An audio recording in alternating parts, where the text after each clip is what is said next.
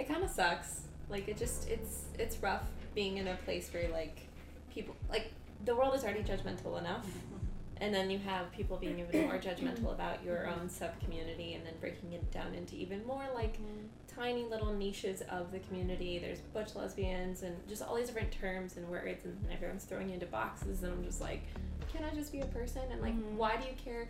Like, I think sometimes I get nervous changing my gender expression day in, day out. Like, some days I wear a dress, some days I wear like something that's from the men's department at a store. Like, why do I have to fit inside a category?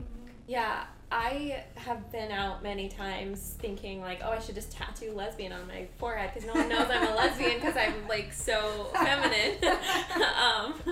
So yeah, I mean, I think it's, as humans, we tend to, the way that society has raised a lot of us, especially in, throughout the previous generations, we see certain things. But yeah, I think once you hear someone, especially if you get to know their story, then perceptions definitely change. I don't know. I almost wish like there wasn't even those two distinct things. I just wish there were. I don't know.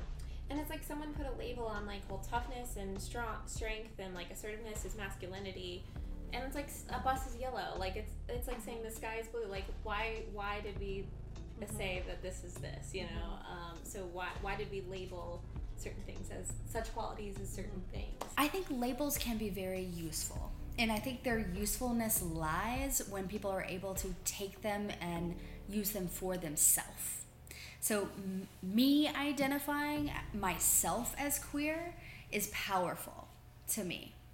Someone putting a label on someone else and saying, this is clearly who you are, that is disempowering.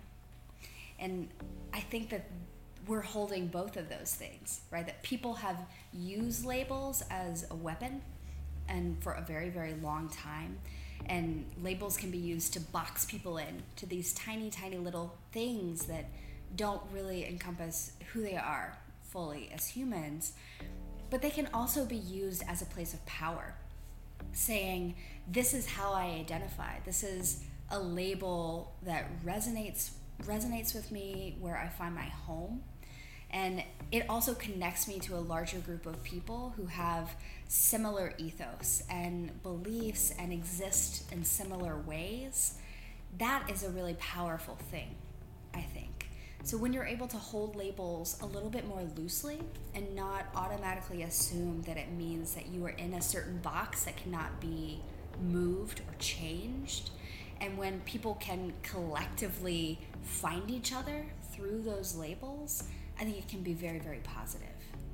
That's really tough for me to speak to a more feminine presenting gay man's experience, because I've heard anecdotal stories about how horrific it can be, and really difficult to deal with. And I think as a woman presenting on the more masculine side, it is difficult. I do find it easier if I put a hat on and it looks like I don't have a short haircut.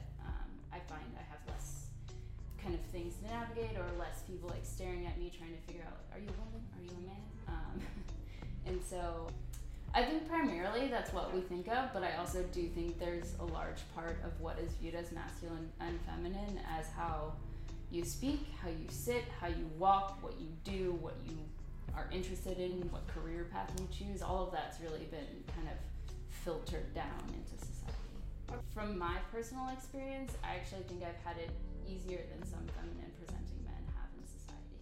This is pretty dark, but my high school was like in a very homogenous area, and it wasn't accepted, and so people who were different very often ended their lives because they didn't feel comfortable. And I haven't been in a space where I felt compelled to do that, and I know that some of the more feminine presenting gay men at my high school chose that, and it's because they weren't safe and they didn't have what they needed. And I feel bad that that's happened, and it isn't something that I've had to deal with, and so I feel that I haven't experienced the level of difficulty that they have in navigating society. I want people to see me as Teresa, and to see me as like my passions and my interests and what I can contribute to the world, and then like gay is number 10 on the list. Like that, a lot of times I feel, especially with how I present myself and I have a really short haircut, a lot of times that will be the first thing that people will want to chat about. And that's cool, and I'm happy to be present and out and share that as a resource for people who want to learn, but also like I'm a human being, and we all deserve to be treated as ourselves first. There's a lot of like, and that is how